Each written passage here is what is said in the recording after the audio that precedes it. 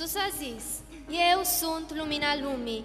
Cine vine la mine nu va mai umbla niciodată în întuneric, va avea lumina lumii. Acea lumină care a strălucit în Betleem, din Galileea până în Ierusalim, de la vechea cruce până la tronul de slavă al Tatălui, acea lumină încă strălucește. Chiar și în întunericul cel mai gros, ea ne va conduce acasă. Lumina Lui va străluci peste toți acei care vor vesti că prin viața sa a adus oricui dragoste din plin cu lumina Lui.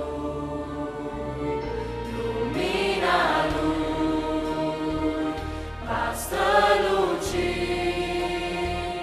peste toți acei care vor vesti că prin viața sa a adus oricui dragoste din plin cu lumina Lui. Prin viața sa a adus oricui dragoste din plin. Lumina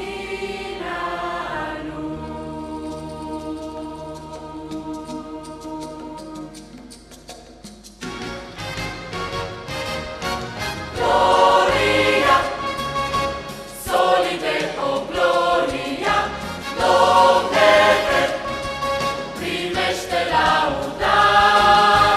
Gloria, un copil ni s-a născut, ne închinăm, El este împărat.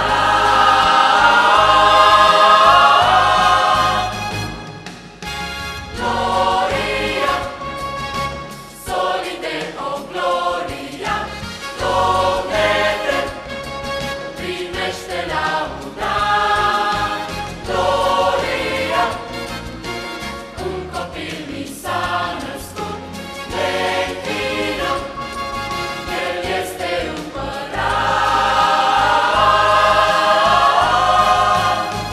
Ne bucurăm, ne bucurăm, ne bucurăm.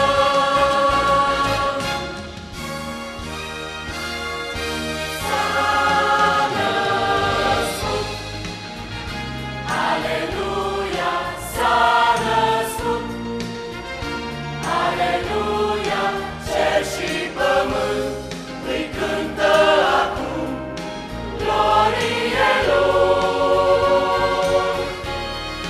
S-a născut, noi îl credem, s-a născut, îl alegem, s-a împlinit, Iisus a venit, s-a născut. S-a născut, aleluia, s-a născut, aleluia, cer și pământ îi cântă